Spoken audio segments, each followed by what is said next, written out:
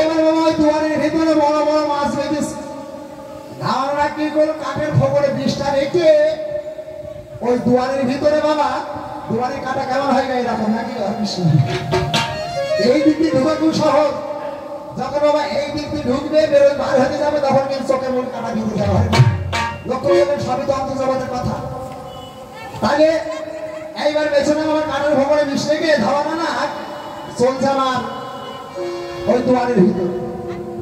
দুয়ারের ভিতরে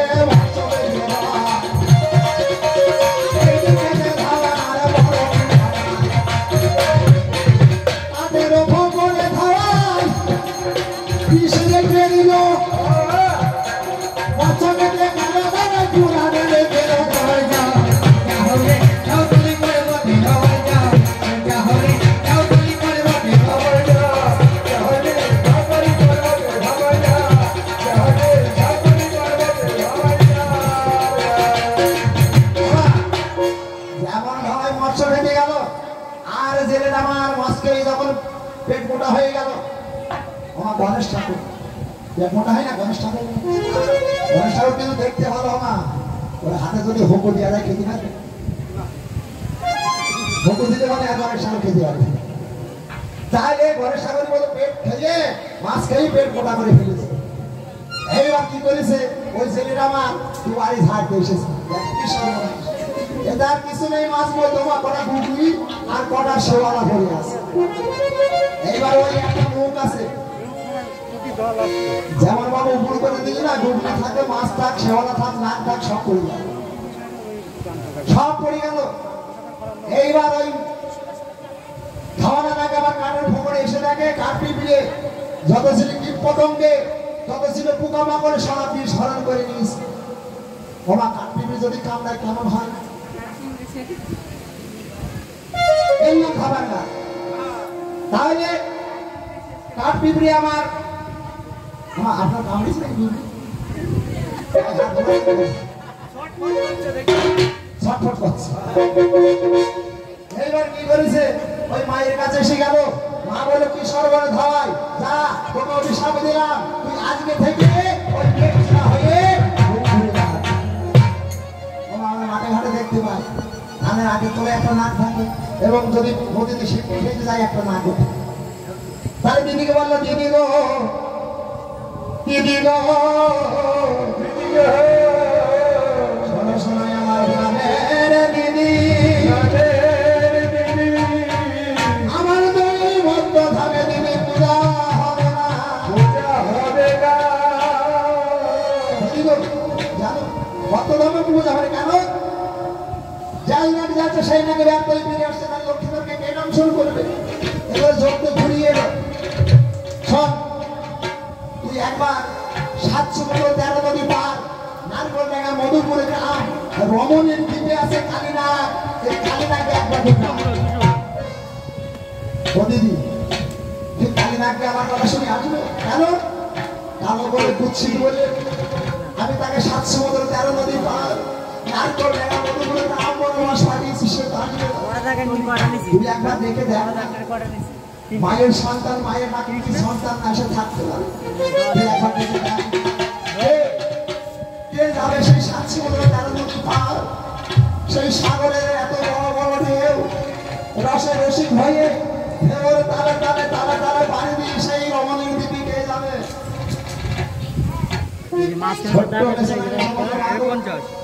আমি তো একবার ভুল করেছি, আর আমি ভুল করবো না। আমি যদি তোমার পুত্র হই, তাহলে আমি ঢেউর তালে তালে পানি দিয়ে আমি ঠিক পানি দিয়ে কাছে চলে যাই। আমার মায়ের মধ্যে ভক্তি রেখে চলছে, বলছে অনেক সাত সমুদ্র পারে যাবে,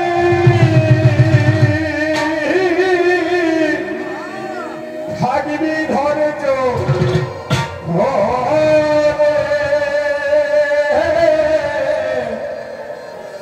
কালি কালি বলে ডাকবি,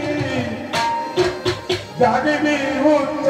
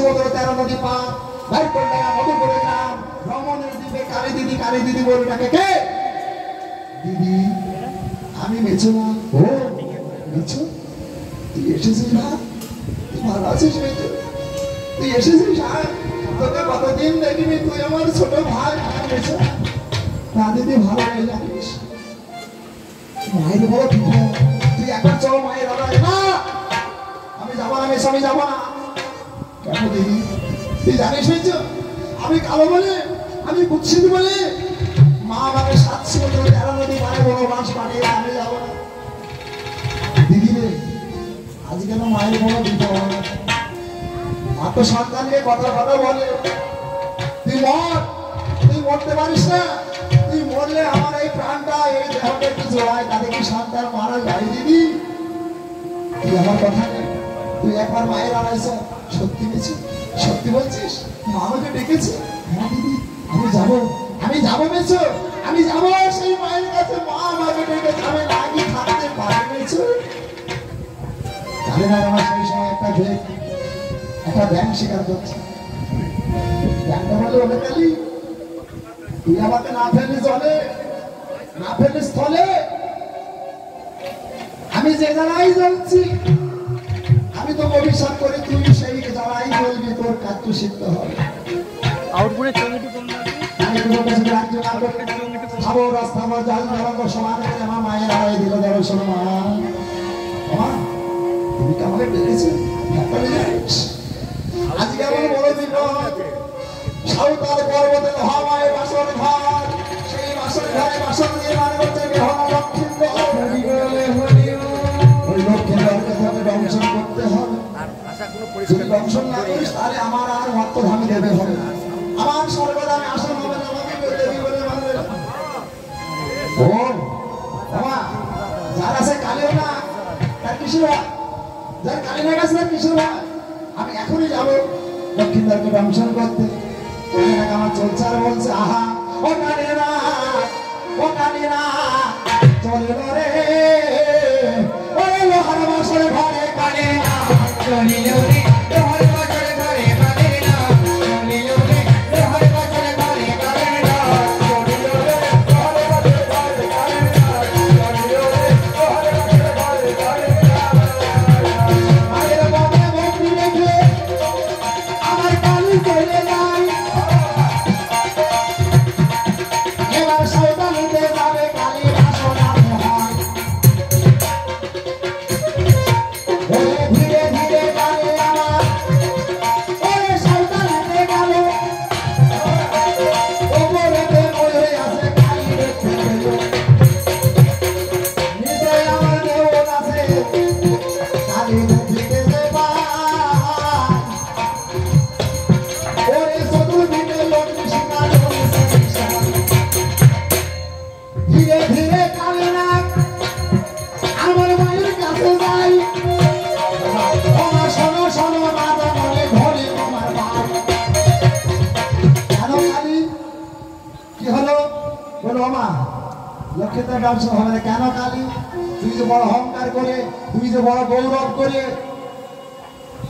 গেলি কেন পারলি না বলো মা জানো যা আছে নাগের শত্রু ওপরে আছে ময়ূর নিচে আছে নেউল চতুর্দিকে অগ্নিশিখা চলছে চন্দ্রধর হেমতাল দিয়ে ওই বাসর ঘরে চতুর্দিকে ঘুরে বেড়াচ্ছে ৭২,০০০ লোকজন সবসময় পাহারা দিচ্ছে মাঝে ঘর নাগের শত্রু সেইখানে চন্দ্রধর রেখেছে ওই বাসর লক্ষ্মীদের দংশন হবে উপায় দিদি বললো শোন একবার ইন্দ্র দাদাকে স্মরণ কর ইন্দ্র দাদার কাছে আছে ৬৪ মেঘমেঘিনী ৪৯ বায়ু ওই ৪৯ বায়ু আর ৬৪ মেঘমেঘিনী যদি এই সাঁওতাল পর্বতের উপরে তুফান ওঠে ঝড় বহে যদি বজ্র পড়ে বৃষ্টি হয় তাহলে ময়ূর পালিয়ে যাবে নেউল চলে যাবে আগুন নেমে যাবে চন্দ্রধর গৃহে ফিরে যাবে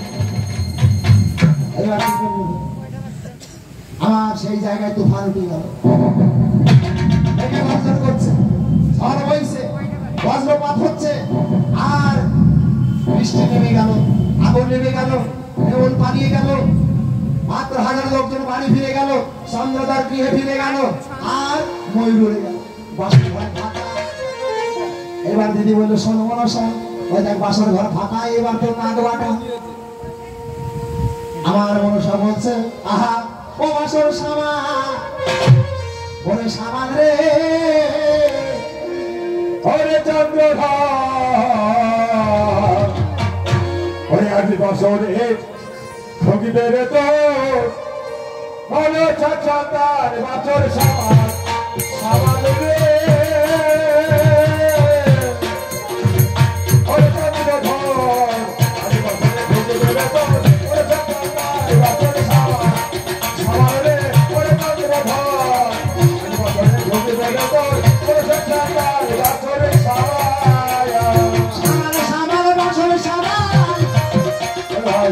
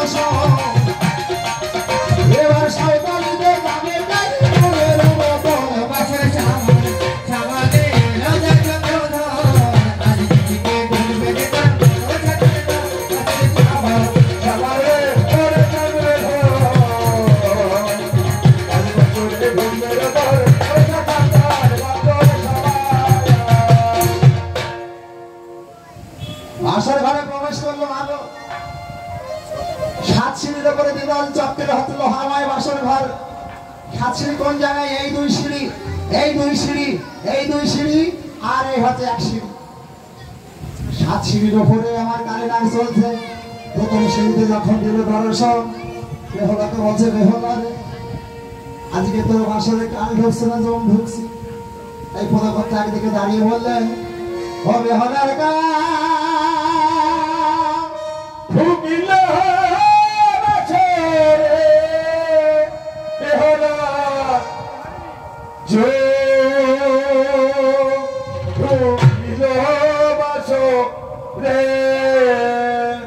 বেহলার কা, ঢুকিলে বাসো রে বেহলা জো, ঢুকিলে বাসো রে বেহলার কা, ঢুকিলে বাসো রে বেহলা জো, ঢুকিলে বাসো রে। প্রথম সিঁড়ি হইতে গেলি রে, দ্বিতীয়তে যায় বেহলা।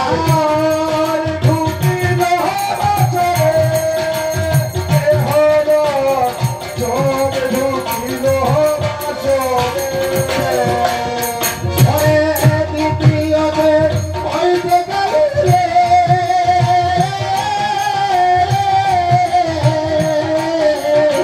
দ্বিতীয়তে যায় বেহলা।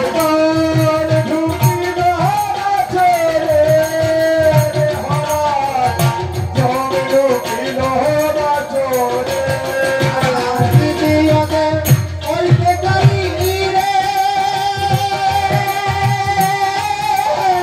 চতুর্থতে যায় বেহলা।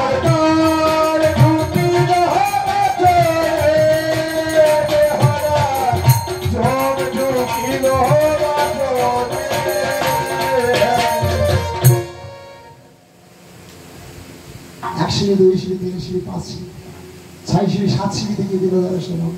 সবাই খুশি হইত। সাত সিঁড়িতে যখন দিল দর্শন, মা বলেছে দেখ ঈশান কোণে, ঈশান কোণ, ঈশান করে দেখবি চুলের ফোঁটা আর পানের ফোঁটা আর সিঁদুরের ফোঁটা তিনখানা চিহ্ন দেওয়া আছে এক জায়গায়। ওই ছিদ্র দিয়ে তুমি ঢুকে যাবে। কালীনাগ আমার বাসর ঘরের চতুর্দিকে আমার কালী ঘুরে ছিদ্র দেখো কালীনাগ আমার দেখতে নাই পাই চতুর্দিকে ঘরে কালী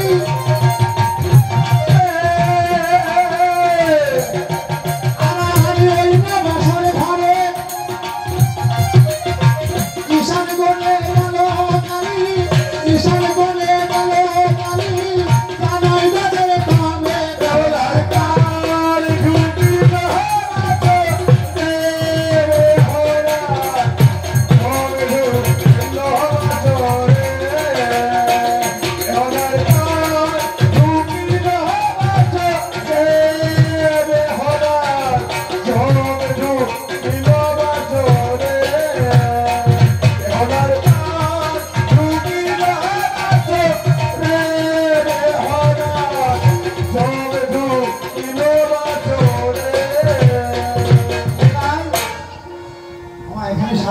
এখনো ভাষণ করবে আমি এখন ভাষণ করবো কথা মাঝ বুঝতে পারছেন একটু ক্ষমা করবেন আমার অদম সন্তানকে।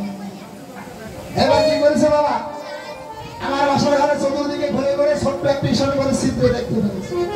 মহাজনে একজনে বললে যে কালীনাগ মস্ত বড় দেহ নিত্য তোমার পাটে আসলে আসলে আসলে ছোট হয়ে বাসার ঘরে ঢুকে গেল।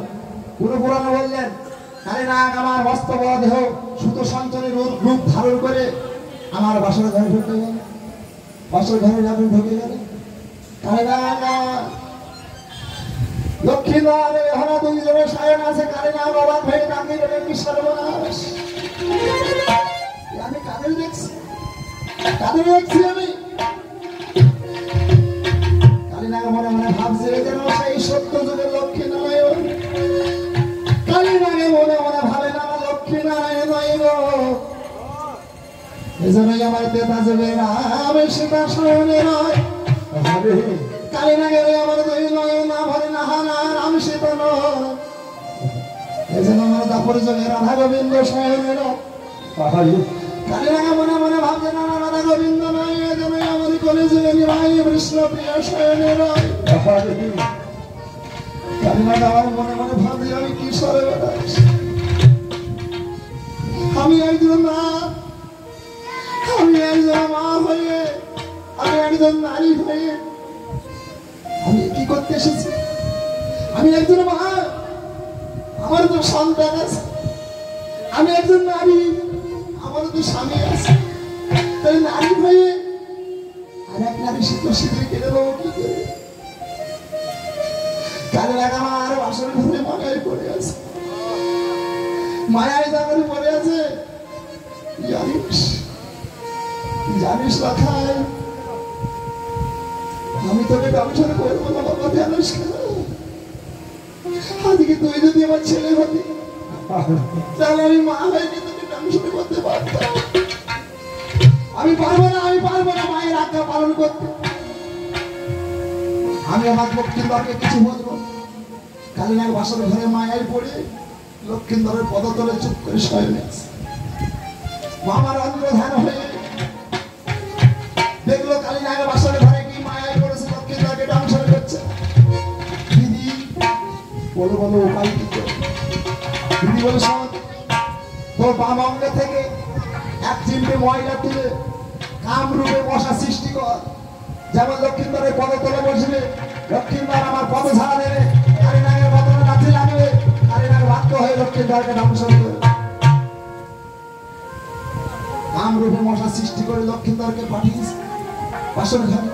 লক্ষ্মীন্দরের পদতলে বসেছে আর লক্ষ্মীন্দর পদ যেমন ঝাড়া দিয়েছে কালীনাগের বদলে লাঠি কালীবাজার লেখায়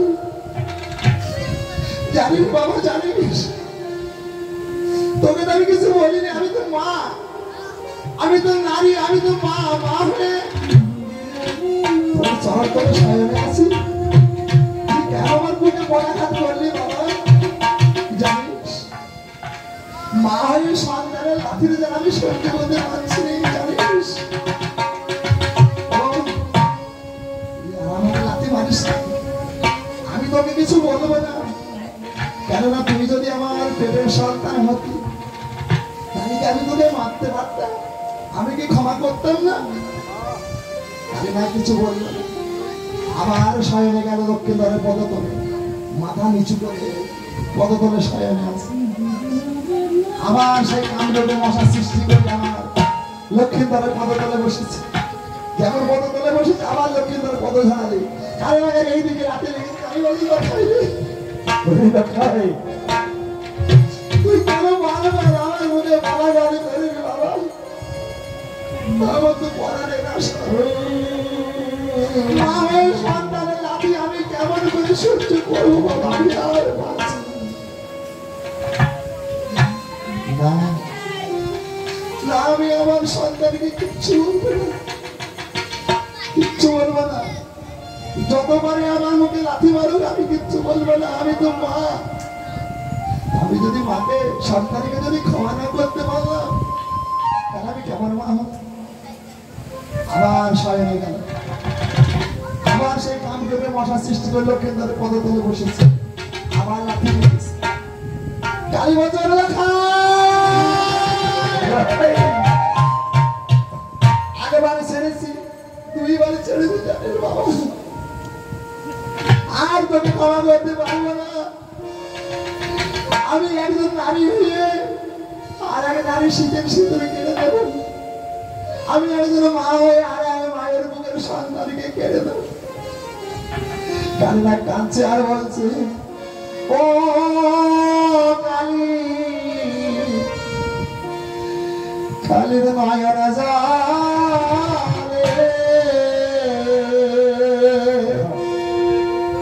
ও জলে মুখ ভেসে যা। আমি কেমন হানিব কাম ওরে দুলো বেলা কারে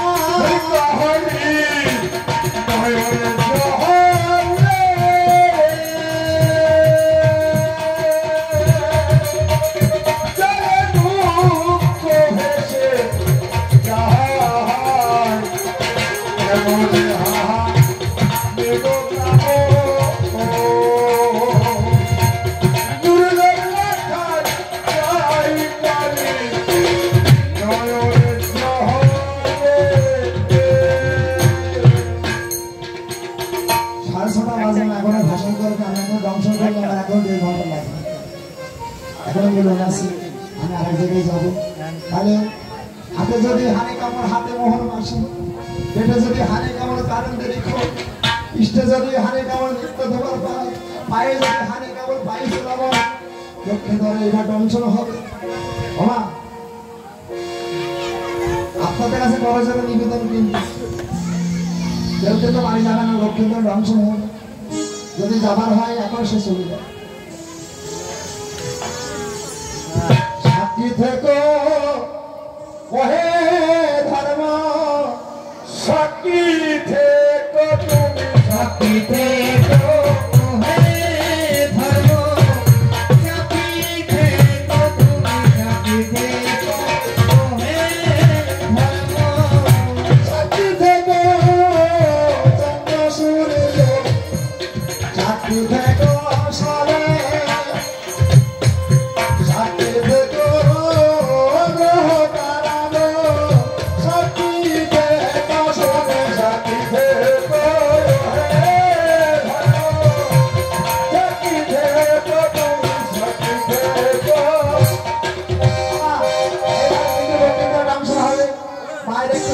হলুদ ধরে দেবেন, কেননা আমার উস্তাদ ঘোষ, আমার শিক্ষা গুরু লক্ষণ গোসাই আমাকে বলেছিল, বাবা মাইকে ভাগ দিতে শিখিস, আর পর্দাটা সাউন্ড একটু হাই করো।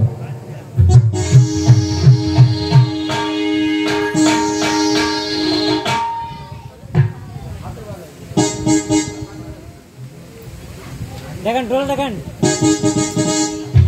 কখনো যেন ফাঁকে দিস না, আমি যে আসলে গান করতে যাই আমি ফাঁকে দিতে থাকি, কিন্তু আমার সময় খুব লেট হয়ে যাচ্ছে, তবু আমি এই যে অভিনয়টা খুব কষ্টে, কিন্তু রহস্য বলেন না, তবে একটু সবাই মিলে হ্যান্ডেল হলে হ্যান্ডেল।